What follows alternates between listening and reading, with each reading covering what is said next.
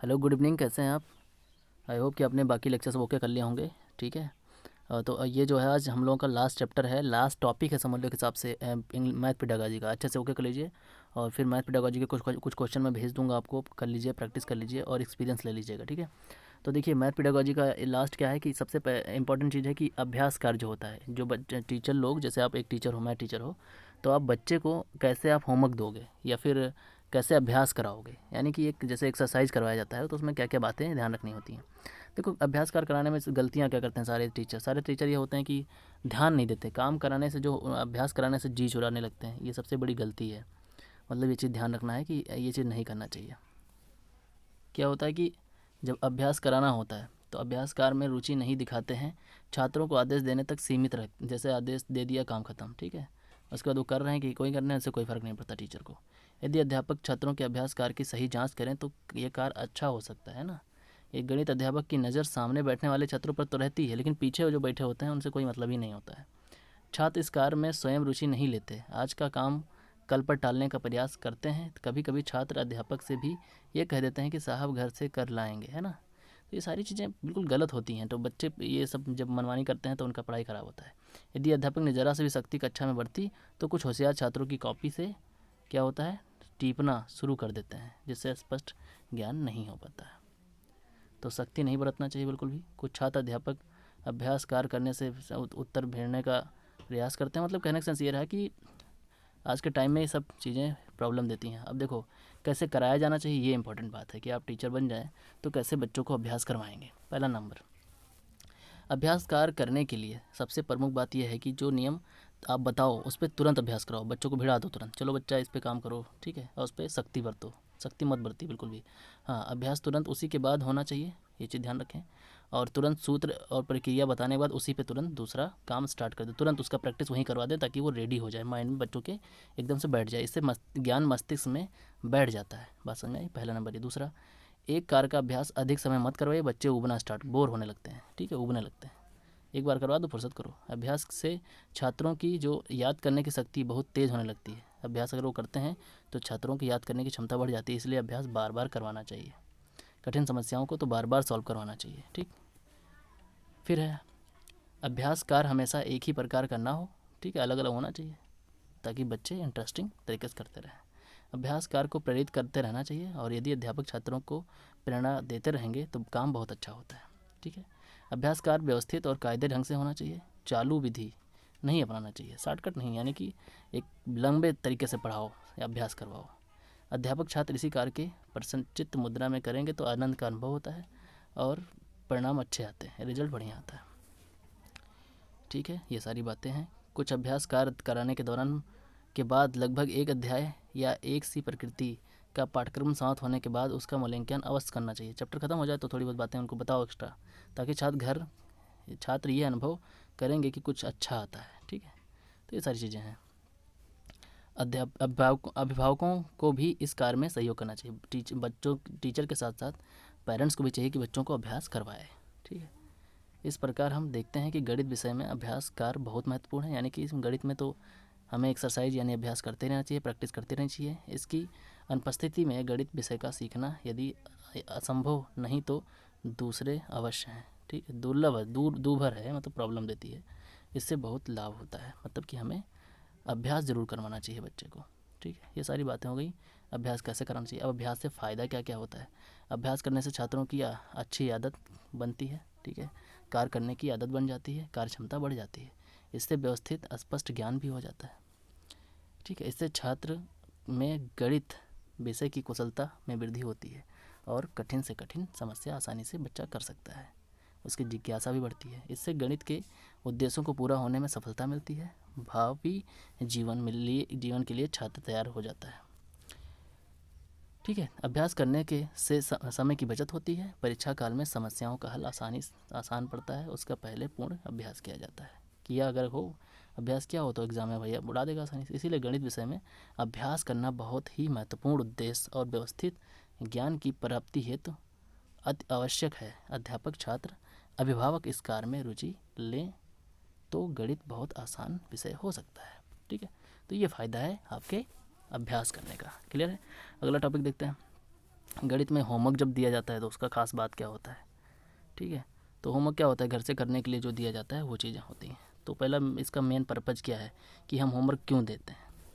तो होमवर्क देखो आप जब देंगे तो ये बातें अपने माइंड में होनी चाहिए कि आप किस लिए दे रहे हो। घर पर छात्रों को खाली समय का उपयोग हो सके, तो आराम से बैठे ना। कुछ शिक्षाविदों का यानी कि कुछ टीचर्स का कहना है, कुछ जो हमारे मैथमेटिशियन हैं उनका कहना है कि खाली दिमाग शैतान का घर होता है। बच्चों को होमवर्क मिलेगा तो वो बिजी रहेंगे, है ना, अनुशासन में रहेंगे। छात्रों में स्वास्थ्य यानी स्वाध्याय, खुद से पढ़ने का गुण विकसित होता है। स्वाध्याय घर पर जाके खुद पढ़ेंगे, ढूंढेंगे, है ना, तो ये होमवर्क देना ज़रूरी होता है। घर पर गणित की समस्याएं हल करेंगे, उनकी कठिनाई महसूस करेंगे तो वो नई ज्ञान को खोज कर समस्या का समाधान खुद खोजेंगे, है ना। कक्षा कार्य में अर्थात सामूहिक शिक्षण में जो कमियां रह जाती हैं वो घर पे पूरी हो जाती हैं। छात्रों में दृढ़ आत्मविश्वास आने लगता है और जिससे वो पाठ को आत्मसात कर सकते हैं। तो क्लियर हुई ये सारी बातें। ये मेन उद्देश्य होता है आपका, जब आप कभी भी होमवर्क देते हो तो ये सारे उद्देश्य आपके माइंड में होने चाहिए कि बच्चा इतनी चीज़ ओके करेगा। अब इम्पॉर्टेंट ये है कि कैसे दिया जाए होमवर्क भैया। होमवर्क हमें कैसे देना चाहिए बच्चे को। पहला नंबर, होमवर्क देने के लिए क्या क्या पॉइंट ध्यान में रखना है। शिक्षण विषयों में गणित बहुत इंपॉर्टेंट विषय माना जाता है, इसकी उपयोगिता बहुत ज़्यादा है। तो कार्य देने के लिए हमें ध्यान देना चाहिए, सावधानी कौन कौन सी बरतनी होगी। सावधानी नंबर फर्स्ट, विद्यालय के कार्य की पुनरावृत्ति। गृह कार्य देते समय गणित अध्यापक को ये ध्यान रखना चाहिए कि जो सूत्र जो फार्मूले आपने बताए थे उसी पर गृह कार्य आधारित होना चाहिए, ठीक है। ये कार्य भी बहुत अधिक नहीं देना चाहिए, उसी कार्य को अन्य पुस्तक को भी आधार मानकर किया जा सकता है। मतलब कहने का सेंस ये है कि काम इतना दो कि जितना बच्चा कर सके, ज़्यादा काम नहीं, ठीक। और जो फार्मूला आपने सिखाया हो उसी पे होमवर्क दो। व्यक्तिगत कठिनाइयों पर विचार, ऐसे छात्र जो अपने अभिभावक को आजीविका में सहयोग देते हैं उन्हें कुछ कम काम दो, क्योंकि उनको कम समय मिलता है। जैसे कि मान लो कोई बच्चा है पापा के काम में हाथ बटाने लगता है घर पे जाके, तो उसको थोड़ा कम होमवर्क दो। छात्रों की रुचि और योग्यता अनुसार, जैसा बच्चा हो, अगर पढ़ने में ज़्यादा इंटरेस्ट हो तो उसको ज़्यादा दो, और उसकी कैपेसिटी कम हो तो कम क्वेश्चन दो, ज़्यादा मत दो। छात्रों की आयु के अनुसार भी देना चाहिए, छोटी कक्षा वालों को ज़्यादा नहीं देना चाहिए, कम ही कम हमें होमवर्क देना होगा। 2 घंटे का गृह कार्य दो, ठीक है। शारीरिक दृष्टि से जो छात्र कमज़ोर हों उन्हें गृह कार्य नहीं देना चाहिए, नहीं तो पता चले दिमाग ख़राब हो जाए। कार्य की प्रकृति, छात्रों को मौखिक, लिखित और हस्तनिर्मित कार्य की विविधता के आधार पर दिया जाना चाहिए। अलग अलग कैटेगरी के होमवर्क दो कि वो होम रट्टा भी मार के आए, कुछ लिख के लाए, कुछ माइंड में हाथ से काम करके लाए, ऐसे ऐसे अलग अलग। इससे होता है तर्क शक्ति, रचना शक्ति, निर्माण शक्ति, अलग अलग शक्तियों का विकास होता है, ठीक है। तो छात्र अध्यापक अभिभावक का सहयोग करें, ठीक है। गृह कार्य को पूरा करने के लिए छात्रों को अध्यापक और इनका सहयोग देना चाहिए, ठीक है। तो यही सब चीज़ें हैं। छात्रों की शक्ति का उपयोग, तो ये सारी चीज़ें हमें ध्यान देना होगा, उसके हिसाब से होमवर्क देना होगा। अब देखिए क्या है कि विशेष जो योजना है, सरल से जटिल ले जाओ, पहले सरल फिर जटिल, मूर्ति से अमूर्ति और ज्ञात से अज्ञात की ओर ले जाओ। अब देखो इंपॉर्टेंट बात यह है कि फ़ायदा क्या होता है जब होमवर्क देते हो, तो खाली समय बचाता है, वो योग्यता के अनुसार काम करता है, खुद से वो सबसे चीज़ें हम पढ़ चुके हैं, ये सारे पॉइंट्स हैं, छोटे छोटे पॉइंट जो हमने उधर बड़े पॉइंट पढ़े, ये इसका कॉन्साइज पार्ट है, छोटा पार्ट है कि गृह होमवर्क देने से बच्चे में क्या विकास होता है। और गृह कार्य से हानि हो सकती है, देखो थकान, बच्चे की थकान होती है मानसिक, सामाजिक जीवन की उपेक्षा करता है, सामाजिक में जा नहीं पाता, स्वास्थ्य और आंखों पर बुरा प्रभाव पड़ता है, खेल मनोरंजन के समय का भी उसके पास टाइम नहीं बचता है, पाठ पुस्तकों से प्रश्नों उत्तर मिलाने की गंदी आदत हो जाती है, ठीक है। और गृह कार्य में परीक्षा में उत्तीर्ण होने का उद्देश्य तो पूरा हो जाता है, बस सिर्फ पास होने का उद्देश्य पूरा होता है ना। अभिभावक के कार्य में सहयोग नहीं दे पाते, पापा का कोई काम होगा तो कहेंगे हमको होमवर्क करना है, कभी कभी दंड के भय से मजबूरी बस कर डालते हैं, गृह कार्य निरर्थक हो जाता है, सोचते हैं कि पिटाई होगी तो उल्टा सीधा कुछ भी कर लाते हैं। तो ये सारी चीज़ें हैं, गृह कार्य से थोड़ा सा लॉस भी होता है, ठीक है। तो ये सब, तो ऐसे ही बहुत सारी बातें हैं, लेकिन अब हमारे पास इतना वक्त नहीं है कि हम सारी चीज़ें पढ़ पाएँ, तो इसको हम लोग अब क्या करेंगे, छोड़ेंगे, ठीक है। तो ये देखिए क्या है कि अभी जितना हम लोगों ने पढ़ा है, जितनी इंपॉर्टेंट चीज़ें, यानी हम स्पेशली हमने 2 लेक्चर में जो आपको पूरा डिटेल दिया है, या पीछे और भी चीज़ें जो भेजी हैं वो उठा करके आप मैथ के बारे में फिनिश कर लीजिए, ठीक है। तो ये हमने पीडागॉजी की बात कर दी, बाकी पीडागॉजी का कोई भी क्वेश्चन आएगा, आपका 15 क्वेश्चन आने वाला है, तो आप क्या काम करेंगे, अच्छे से उसको पढ़िएगा, पहले अच्छे से रीड करिएगा, उस क्वेश्चन को समझिएगा, और उसके बाद उसका पॉजिटिव पॉइंट ढूंढ करके उस पर टिक करिएगा, सबसे मेन यही है। बाकी अब कोई क्वेश्चन अगर लॉजिकल आता है जिसमें कुछ बात होगी तो मैंने आपको पढ़ा दिया है, उसी में से क्वेश्चन आएगा, इसके अलावा कुछ नहीं आएगा। बाकी जो आएगा वो आपके माइंड पे डिपेंड करता है कि आप उसको पढ़ करके अच्छे से कर सकते हो। तो हम लोग कुछ काम करेंगे, कुछ क्वेश्चन करेंगे और वहाँ से एक्सपीरियंस उठाएंगे, ठीक है। बट अभी बेसिकली आज हम लोगों को मैथ्स का कुछ और पार्ट पढ़ना है, जो कि सेकंड 15 क्वेश्चन आने वाले हैं। उसके हमें कुछ ट्रिक्स सीखने हैं और कुछ मैटर सीखने हैं, और वही चीज़ हमें ध्यान में रखनी है ताकि मैथ के 15 क्वेश्चन में से कुछ क्वेश्चन 4 5 10 क्वेश्चन कर सकें, ठीक है। अब मैं यहाँ पे एक एक क्वेश्चन पकड़ूंगा और उसकी डिटेल को समझाते जाऊंगा, आप ध्यान से समझते जाइए। क्वेश्चन नंबर 40 आप देख रहे हो, आपके सामने यहाँ दिख रहा है, ठीक है। इसको कैसे करना है तो यहाँ पे आप देखेंगे कि मैं जितने केस हैं सारे बता दे रहा हूँ। अगर आपका ये प्लस वाला केस आया या माइनस वाला केस आया तो बिना सोचे समझे आप क्रॉस मल्टीप्लाई करिए, ठीक है।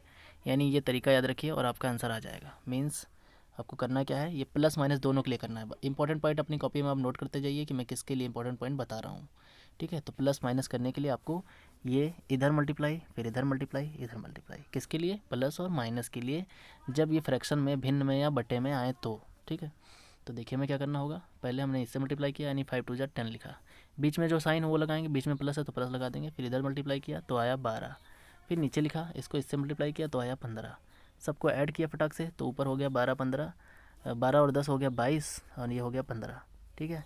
फिर हमने क्या किया, 15 से इसको डिवाइड कर दिया, मिक्स में करना पड़ता है, ठीक है। मिक्स में करने के लिए आप क्या करोगे, नीचे वाले से ऊपर वाले डिवाइड करोगे। तो 15 से डिवाइड किया आपने किसको, 22 को, तो आ गया 15 एकम 15, यानी कितना आ गया, 7 आ गया, ठीक है।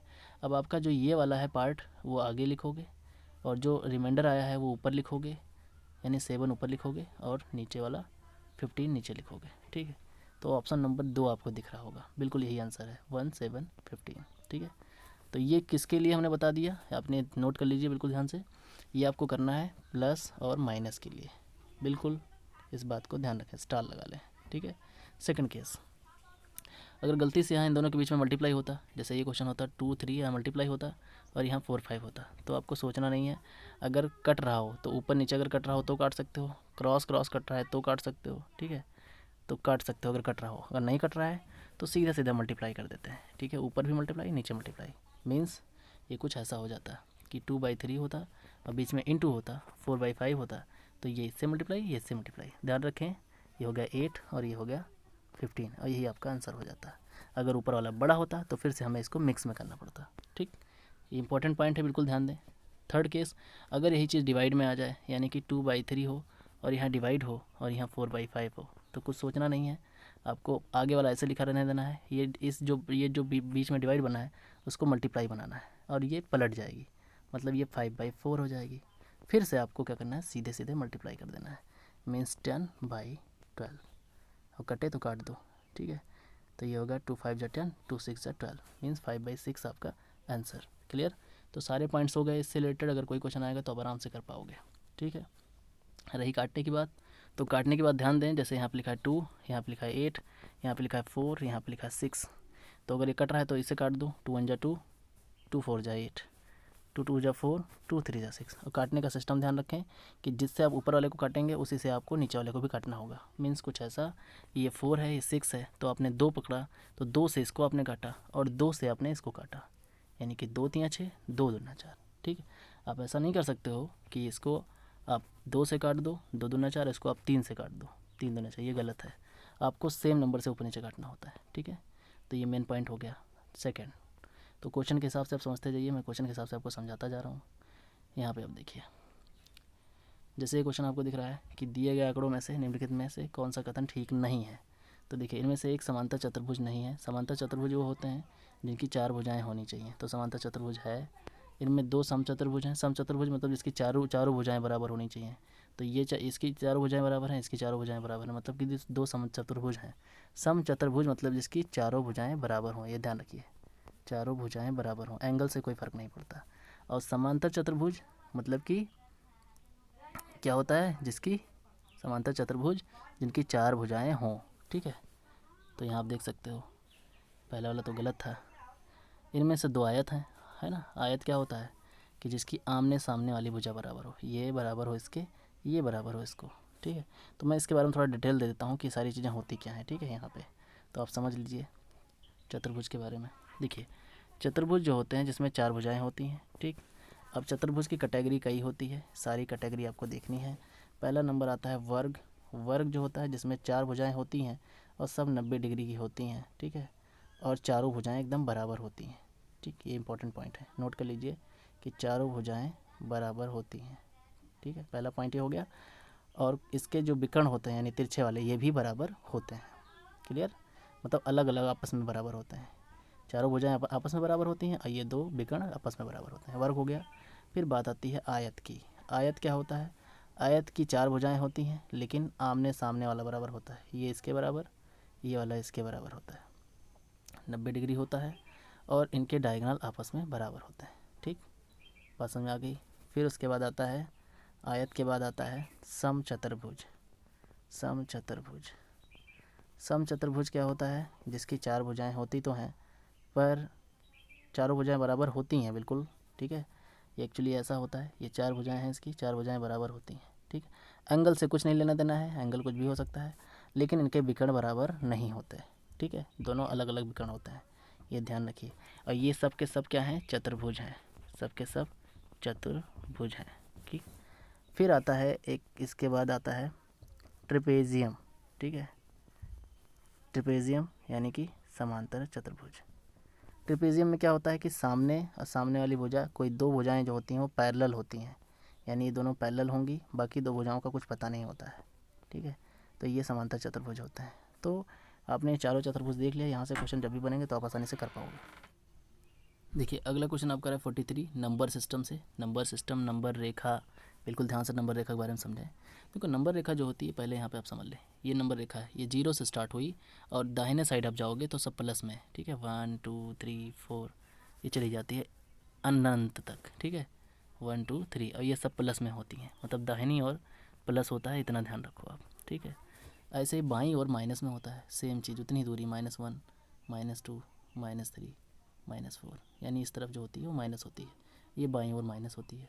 ऐसे ही ऊपर की तरफ अगर देखोगे तो ऊपर की तरफ जो होती है प्लस होती है, ऊपर प्लस होगी कोई भी चीज़ और नीचे माइनस होगी, तो पूरा संख्या रेखा होता है। अब देखो ध्यान दो कि अगर मैं देखूं, कभी पूछा जाए कि छोटी बड़ी संख्या, मान लो हमने बोला 99 और 999, इनमें कौन सा बड़ा है, इसके आगे माइनस लगा हुआ, तो जिसके आगे माइनस लग गया वो छोटा हो गया, सबसे छोटा हो गया, मीन्स 99 बड़ा है। अगर मैं ऐसे पूछ लूँ नॉर्मली कि 0 में और -9 में कौन बड़ा है, तो 0 बड़ा होगा, क्योंकि माइनस लग गया इसके आगे, ये छोटा हो गया। दूसरी चीज़ अगर मैं पूछूं कि -10 या -20 में कौन बड़ा है, तो आपका ये -10 बड़ा होगा, क्योंकि जो जितना बड़ा होगा अगर उसके आगे माइनस लग गया तो वो उतना ही छोटा हो जाएगा, मीन्स -10 बड़ा है, -20 छोटा है। ये सब बातें आप नोट कर लीजिए, मैं 1 बाय 1 कराते जा रहा हूँ और हल्का सा ध्यान से देख लीजिएगा। देखिए इस क्वेश्चन में पूछा गया है कि बताना है कि ए बी के बीच की दूरी क्या है, ठीक है, यहाँ पे पूछा गया ए बी के बीच की दूरी।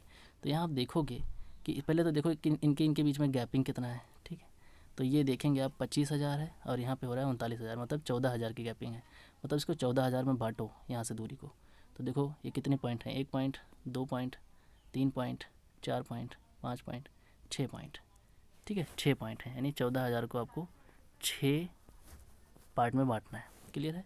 और वो पार्ट आप देखिए, ये पार्ट काउंट किया जाता है, 1 2 3, मतलब ये पार्ट, एक पार्ट आपका दिख रहा होगा, ये वाला पार्ट जो दिख रहा है आपको, एक पार्ट, 2 पार्ट, 3 पार्ट, और ये है 4 पार्ट। ऐसे आपका ये 1 2 3 4 5 और 6 और 7 पार्ट हो गया, 7 पार्ट है एक्चुअली, यहाँ देख रहे हैं, ठीक है, तो 7 पार्ट है, यानी 14,000 को आपको 7 पार्ट में बांटना है, तो 7 दूनी 14, मतलब 2,000 हुआ, मीन्स 1 पॉइंट 2,000 का है, मतलब कि ये दूरी यहाँ से गिनोगे कितने पॉइंट, यहाँ तक पॉइंट गिन लो, तो पॉइंट गिनोगे, पॉइंट मत गिनना वरना गलत हो जाएगा, पहले हमें देखना है इसमें कि ये जो, थोड़ा जूम कर दूँ तो ज़्यादा क्लियर हो जाएगा। हमने निकाल लिया कि 1 पॉइंट 2 पॉइंट के बीच की दूरी 2,000 है ना, तो देखो यहाँ पे 1 2 3 4 5 6 7 8 9 10 और 11, मतलब 11 दूना कितना हज़ार होगा, 22,000 होगा, ठीक है, बहुत सिंपल सा है। तो ये बांट करके आपको देखना होगा, तो 22,000 होगा, ये आप देख सकते हैं साफ साफ, ऑप्शन नंबर 3, ठीक। एक इंटरेस्टिंग बात बताता हूँ आपको कि अगर कोई ऑप्शन आपको बहुत परेशान कर रहा है और आपको समझ नहीं आ रहा है, तो ऑप्शन नंबर सी यानी ऑप्शन नंबर 3 आप चूज कर सकते हो, वो ज़्यादातर सही होता है, ठीक है, तो ये बात ध्यान रखिएगा।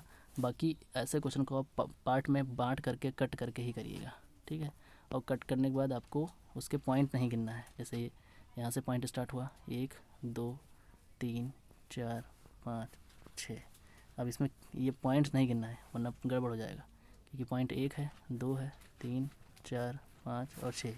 ये दूरी देखनी है, तो दूरी कितनी है, दूरी हमेशा एक कम होती है पॉइंट से। तो ये देखिए 1, 2, 3, 4, 5, दूरी 5 ही है जबकि पॉइंट 6 है। तो आपको दूरी देखना है ना कि पॉइंट, वरना गलत हो जाएगा। क्वेश्चन नंबर 44 आप देखिए यहाँ पे दे रखा है कि ये देखिए पहले तो मिक्स में है तो उसको सीधा बनाइए। सीधा में कैसे बनेगा, जैसे 3, 1, 4 है तो सीधा में बनाने के लिए इसको गुणा करें तो 4 3 12 और एक ऊपर वाला जोड़ दें, ठीक है। तो ये आ गया 13/4। तो ये हो गया। अब यहाँ पे देखेंगे कि इससे पूछा जा रहा है कि इतना किलो अगर चीनी आपके पास है, इतना किलो आपके पास चीनी हो तो इतना केजी चीनी के कितने पैकेट बनाए सकते हैं। तो देखो जब भी ये पूछा जाए कि इसमें से कितना बनाया जा सकता है तो भाग इसको डिवाइड किया जाता है, सीधा डिवाइड, कुछ पूछना ही नहीं है। हमने डिवाइड अभी सिखाया आपको, बिल्कुल आसान तरीका था। क्या था कि यहाँ 13/4 आया, इसको डिवाइड करना है किससे, 1/16 से। तो मैंने बताया था कि भाग को क्या करते हैं, गुणा बनाना पड़ता है। अभी वो सबसे पहला क्वेश्चन यही था, तो इसको गुणा बनाएंगे आप तो ये वाला पलट जाता है, मीन्स 13/4 और ये बन गया गुणा और ये पलटी मार गया तो 16/1 हो गया।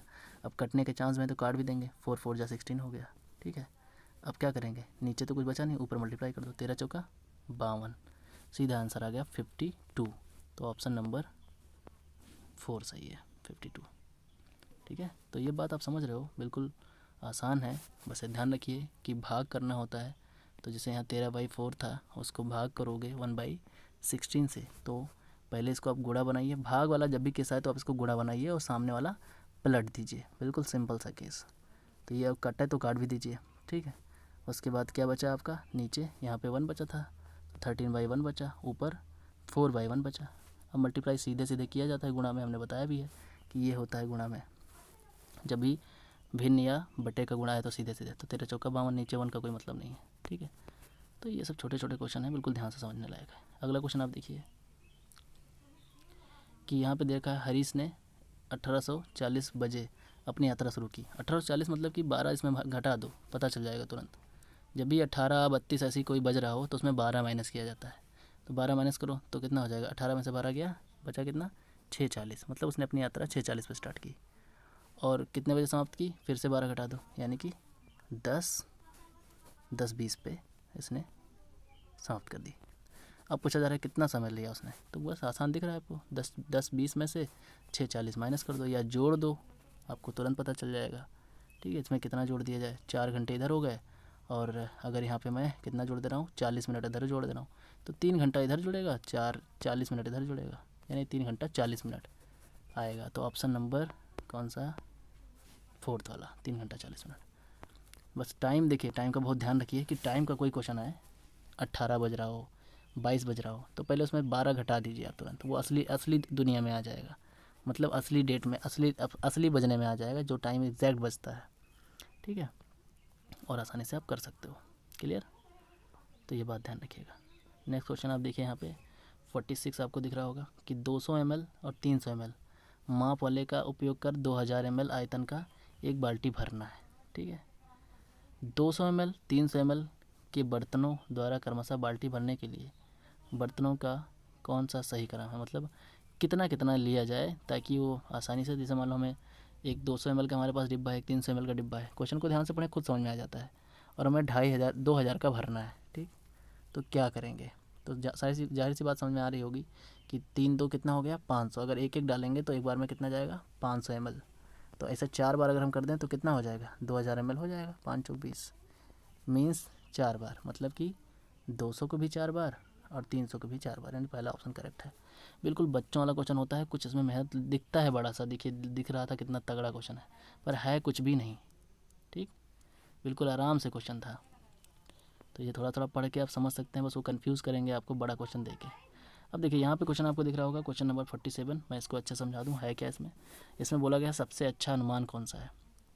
तो देखिए जब किसी क्वेश्चन में अनुमान या कुछ पूछा जाता है उसको लगभग आंसर निकालने को, लगभग, और डेसिमल वाला केस हो, तो जब गायब करते हैं किसी चीज़ को, जैसे 7.1 है, 7.1 है और फिर 3.85 है और नीचे हमारा दे रखा है 9.09 है, तो जब किसी चीज़ को गायब करते हैं तो देखो डेसिमल के बाद देखना होता है कि डेसिमल के बाद वाला जो नंबर है वो 5 से ज़्यादा है कि नहीं, या 5 के बराबर है कि नहीं, ठीक है। 2 केस होना चाहिए, या तो 5 से ज़्यादा हो, ठीक है, या तो 5 के बराबर हो, ये दोनों ही केस आपको ध्यान देना होगा। अगर दोनों में से कोई भी केस है, ठीक है, तो आगे वाले में एक जोड़ देना, और नहीं तो वो गायब कर दो। तो देखेंगे ये से पहला वाला गायब हो रहा है। पॉइंट डेसिमल के बाद कितना है, आप देख रहे हो डेसिमल के बाद 1 है, तो डेसिमल के बाद 1 है मतलब कि 1 क्या है, ना तो 5 से बड़ा है ना 5 के बराबर है, तो ये आराम से गायब हो जाएगा, यानी 7 बचेगा। ऐसे यहाँ आप देखोगे कि डेसिमल के बाद ये अगर गायब होगा ये सारे वैल्यू, तो देखिए ये 5 से बड़े हैं, 8 बड़ा होता है, तो इसमें एक जुड़ जाएगा, मतलब ये 4 हो जाएगा। ऐसे यहाँ देखेंगे कि इधर वाला गायब होगा तो क्या होगा, ये गायब होगा, 9 गायब होगा तो इसके पहले एक जुड़ जाएगा, फिर एक गायब हो जाएगा, तो 9 ही बचेगा, यानी नीचे 9 बचेगा, यानी पहला ऑप्शन करेक्ट है। मतलब कि कुल मिला के लगभग वाला जब भी केस आएगा तो लगभग बस इतना ही ध्यान रखना कि जो डेसिमल के बाद वाला है, दशमलव के बाद वाला जो गिनती है, अगर वो 5 के बराबर है या 5 से ज़्यादा है तो उसको हटाना आराम से और उसके आगे वाले में एक जोड़ देना, नहीं तो मत, अगर वो कम है या उसके बराबर नहीं है तो मत जोड़ना, यानी कि ये होगा 9, और यही चीज़ अगर 8.4 होता तो ये सिर्फ होता 8, ठीक है। तो अनुमान यानी लगभग का केस यही है। क्लियर है। आगे देखिए यहाँ पे आ गया आयत का परिमाप पूछा है। परिमाप होता क्या है, बिल्कुल आसान है। परिमाप वो चीज़ है कि किनारे किनारे वाला हमें देखना होता है, ये तो हर चीज़ का परिमाप होता है। तो जैसे मैं परिमाप के बारे में थोड़ा यहाँ डिटेलिंग दे देता हूँ कि वैसे परिमाप इसका क्या होगा, 1 2 3 4 5 6 है, तो 6 इधर भी होगा, 6 इधर भी होगा, 6 इधर भी होगा, 6 इधर होगा, मीन्स टोटल कितना होगा परिमाप, 6 चौका 24, सब जोड़ दो। परिमाप मतलब किनारे किनारे, यानी बी ऑप्शन करेक्ट है, 24 आया। अब देखो यहाँ पे परिमाप के बारे में जान लो कि जब कभी आयत पूछा जाए, सॉरी वर्ग पूछा जाए, वर्ग में चारों भुजाएं बराबर होती हैं, तो सब किनारे किनारे वाला जोड़ दिया। परिमाप का सीधा सा मतलब है किनारे वाला सब जोड़ दो, चाहे वो आयत हो, चाहे वो परिमाप हो, सॉरी वृत्त हो, चाहे वो ट्रायंगल हो। ट्रायंगल होंगे तो 3 होगा, ये 2 है, ये 4 है, 6, तो सबको जोड़ दो, 2 4 6 6 12 हो जाएगा। तो कुछ भी हो परिमाप का मतलब किनारे किनारे वाला आपको जोड़ देना है, ठीक है। और वहीं आपको अगर क्षेत्रफल पूछा गया तो क्षेत्रफल में थोड़ा ध्यान देना कि क्षेत्रफल में आपको लंबाई को चौड़ाई से मल्टीप्लाई करना पड़ता है, ठीक है। तो ये ध्यान देना है। क्षेत्रफल ये आयत का क्षेत्रफल है, ये फार्मूला, अभी फार्मूले इसमें अलग अलग होते हैं, लेकिन आपको थोड़ा सा ध्यान देना है कि अगर आयत का क्षेत्रफल क्वेश्चन में कहा गया है, आयत का क्षेत्रफल, तो उसकी लंबाई जो उसमें दिख रही होगी, या लंबाई ढूंढो कहीं से जो दिख रही हो, उसको चौड़ाई से मल्टीप्लाई कर दो तो आपका क्षेत्रफल तुरंत निकल आएगा। लेकिन वहीं वर्ग हो तो वर्ग में अगर एक भुजा भी पता हो, जो आपको भुजा पता हो, ठीक है, जो उसकी साइड है, अगर एक भुजा पता है तो उसकी भुजा को उसकी भुजा से फिर से गुणा कर दो, ठीक है। जैसे ये वाला था 6 है, ये 6 है, ये 6 है, हर तरफ 6 6 है। हमको पहला 6 पता चल गया होता, अगर इसके हमको क्षेत्रफल निकालना होता अंदर का मटेरियल, तो हम 6 को 6 से मल्टीप्लाई कर देते, आ जाता 36, वही आंसर हो जाता, ठीक है। तो ये चीज़ ध्यान रखें। अगर वही त्रिभुज हो, अगर त्रिभुज का निकालना हो तो त्रिभुज कुछ ऐसा बनता है। तो त्रिभुज के लिए हमें अगर निकालना हो तो बिल्कुल आसान है। त्रिभुज के लिए कुछ नहीं करना होगा, आपको लिखना होगा हाफ यानी कि बटा 2, और उसका आधार यानी कि जो नीचे वाला मटेरियल हो, ये वाला, ठीक है, ये आधार लेना होगा, और ये ये लंबाई, फिर गुणे लंबाई, ठीक। बस ये तुरंत आंसर आ जाएगा। ये 3 फार्मूला याद रखें बेसिक, यहाँ से कहीं क्वेश्चन बन सकते हैं। फिर यहाँ पे देखिए एक बच्चे ने 5 विषयों में प्रत्येक में 75 नंबर प्राप्त किया, तो प्रत्येक बच्चे द्वारा प्राप्त अंकों की मध्यिका पूछा है। देखो मध्यिका क्या होता है कि मध्यिका मतलब जस्ट बीच का पूछा है, तो उसने 5 विषयों में पाया है, मतलब कि 75 75 75 75 और 75, 5 विषयों में पाया। अब बीच में आपको क्या दिख रहा है, 75 दिख रहा है, मतलब आंसर 4 सही है। मध्यिका का यही मतलब होता है, ठीक है। लेकिन इसी क्वेश्चन में अगर यहाँ ने मध्यिका ना करके यहाँ पे इन्होंने अगर माध्य लिख दिया होता गलती से, या फिर समांतर माध्य लिख दिया होता, ध्यान से सुनिएगा, ये बहुत इंपॉर्टेंट पॉइंट है। अगर समांतर माध्य या माध्य कहा होता है, मध्यिका कहा होता तो आपको बीच में देखना होता है, लेकिन अगर माध्य या समांतर माध्य कहा होता तो आपको इन सबको जोड़ना पड़ता, ठीक है। इन सबको जोड़ करके फिर जितना विषय था उसे डिवाइड करना पड़ता, तो 5 विषय थे तो 5 से इसको डिवाइड करना पड़ता, तब निकलता। ये बहुत इंपॉर्टेंट पॉइंट है, इसको याद रखिए, ठीक है। तो इसी क्वेश्चन में ये हो जाता, तो 75 को 5 बार जोड़ते तो कितना आ जाता, 55 25 5 7 35 2 37, और इसको फिर हम 5 से डिवाइड भी करते तब भी वही आता, घूम फिर के क्या 75 ही आता। लेकिन हर बार ऐसा सेम नहीं आता है, ठीक है।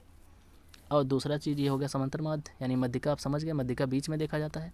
अब अच्छा ऐसा भी हो सकता है कि मान लो उसने कहा होता कि 6 विषयों में पाया, ये 5 था तो आसान था, अब उसने 6 विषय यहाँ पे कह दिया होता, ये बहुत इंपॉर्टेंट पॉइंट है। अगर 6 विषय में उसने 75 75 पाया होता तब क्या करते आप, तो आप लिखते 75 75 75 75 75 और 75, कितने हो गए टोटल, 1 2 3 4 5 6। अब इसका बीज ढूंढिए, तो इसका बीज बड़ा मुश्किल हो जाएगा ढूंढना आपके लिए, क्योंकि 3 इधर भी हैं 3 उधर भी हैं, तो बीच में कुछ बचा ही नहीं।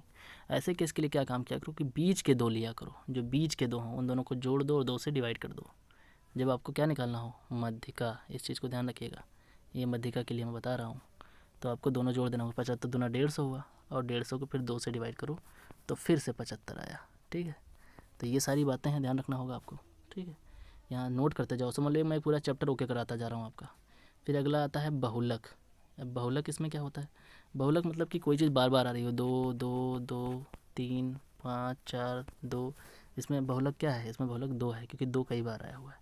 तो ऐसे छोटा सा बहुलक पूछ लेता है तो बहुलक आप आराम से बता सकते हो। ठीक, बिल्कुल आसान था। तो ये सब चीज़ें हैं। ओके, अब देखिए यहाँ पे जैसे दे रखा है कि यहाँ पे पूछा गया है, पार्ट की बात करता हूँ मैं, कि 51 दे रखा है कि निम्नलिखित में पाई चार्ट में लाल भाग 40 है। ठीक है, 40 कहाँ है, यहाँ देख सकते हो, दिस इज़ द लाल भाग। ठीक है, अब इसने कहा है तो सफ़ेद भाग कितना होगा। अब आप ध्यान से समझ सकते हो कि ये पूरा अगर 40 है, मतलब ये लाल भाग 40 है इतना, तो पूरा कितना होगा, पूरा 80 होगा। ठीक है, अब 80 का कौन सा पार्ट, 1/4 पार्ट निकालना है तो 1/4 निकाल दो, मीन्स कितना आएगा, यह आ जाएगा 20। क्लियर है, मतलब किसी का कोई पार्ट निकालना हो तो जितना हो, यहाँ पे लिखते हैं कुल, कुल फिर लिखते हैं गुणे, फिर जितना पार्ट उसका हो। ठीक है, जितना भाग उसका हो भाग लिख दो, निकल आता है। तो कुल 80 है अगर, तो उसमें हमने 1/4 से डिवाइड कर दिया तो 4 2 जा 8 आ गया, यानी 20 आ गया।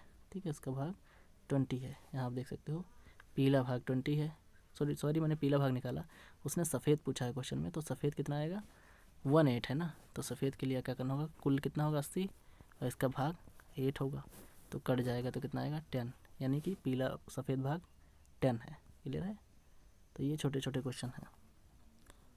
तो भाग वाले क्वेश्चन कुछ भी नहीं होते हैं, बस आपको थोड़ा देखना होता है, समझना होता है, आसानी से लग जाता है। पार्ट कोई भी चीज़ हो तो पार्ट के बारे में ध्यान रखें। ठीक है, और ये सब क्वेश्चन तो आप पढ़ के स्ट्रक्चर को देख करके समझ सकते हैं कि छोटे छोटे क्वेश्चन। देखिए ऐसे क्वेश्चन कभी भी आए जहाँ पे लिखा हो ये, पहली बात तो सम ऑफ ध्यान रखें, सम जो 2 से कट जाए। ठीक है, विषम जो 2 से ना कटे। ठीक है, तो सम संख्याएं 2 4 6 8 10 ऐसे सम होती हैं, और विषम 1 3 5 7 9 ये 2 से नहीं कटती हैं। ठीक है, तो ये विषम संख्याएं कहलाती हैं। अब मेन बात क्या है कि जैसे यहाँ पे अब बोल दिया गया सम संख्या है। अब ये देखिए यहाँ पे देखो, अगर ये सम, यहाँ पे सम लिखा है तो बिना सोचे समझे अगर देखिए कोई नंबर लगातार रिपीट हो रही है, ठीक है, और एक प्लस में है और एक माइनस में है, तो वो कटेगी, एक इससे कटेगा फिर एक इससे कटेगा, एक इससे कटेगा, और यहाँ सम लिखा है तो इसका आंसर 0 आएगा, बिना सोचे समझे, शून्य। अब देखिए यहाँ खास टेक्निक बताता हूँ, यहाँ आप देख रहे होगे कि एक वैसे भी ऑप्शन में एक मज़ेदार चीज़ दिख रही है कि देखिए गिनती में है, गिनती में, गिनती में शून्य लिखा हुआ है एक टेक्निकल तरीके से, यानी कि शब्दों में लिखा है, तो यही करेक्ट आंसर है। तो कुछ ऐसे भी हो सकता है, अगर माइंड ना काम करे किसी क्वेश्चन में तो आप ऐसा भी कुछ थोड़ा हल्का सा बुद्धि लगा करके उसको टिक कर सकते हो कि वो अलग थोड़ा सा डिफरेंट दिख रहा हो ऑप्शन, तो आप उसको टिक कर सकते हो। ठीक, और नहीं तो आप थर्ड ऑप्शन चुनिएगा ज़्यादातर। तो ये चीज़ें हो गई, यहाँ पे आपको समझ में आ गई होंगी कि यहाँ पे कैसे ऐसा कुछ रहेगा सेम सेम। जैसे मान लो हम कहते हैं 2 है फिर -2 है फिर -2 है, सॉरी +2 है फिर -2 है फिर +2 है फिर -2 है, और ये सम है, गिन लीजिए 1 2 3 4 5 6 सम है, मतलब इसका आंसर 0। अब विषम होता तो लास्ट में इसका 1 बच जाता। ठीक है, विषम होता तो एक स्टार्टिंग का ही बच जाता, यानी कि 1 होता तो 1 बच जाता, 2 2 होते तो 2 बच जाते। ठीक है, बस यहाँ ध्यान रखिएगा कि सम और विषम क्या बोला गया है क्वेश्चन में। तो ये सारी बात आपको समझ में आ गई होगी। तो ये ऐसे ही क्वेश्चन कुछ होंगे और हम आगे भी देखेंगे। हमने यहीं तक इसको बता दिया आपको मेन चीज़ें, और मैं आपको एक अभी और अगला पेपर सॉल्व कराऊंगा। ठीक है, तो उसमें पूरी डिटेल में फिर से मैं मैथ को एक बार रिपीट करूंगा, उसके सारे क्वेश्चन को मैं एनालाइज़ करूंगा, और आपका जो भी यहाँ पे ट्रिक आप सीखते जा रहे हो, जो भी चीज़ें मैं आपको शॉर्टकट में बताता जा रहा हूँ, वो नोट डाउन करते जाइए। आपको लास्ट डेज में उसको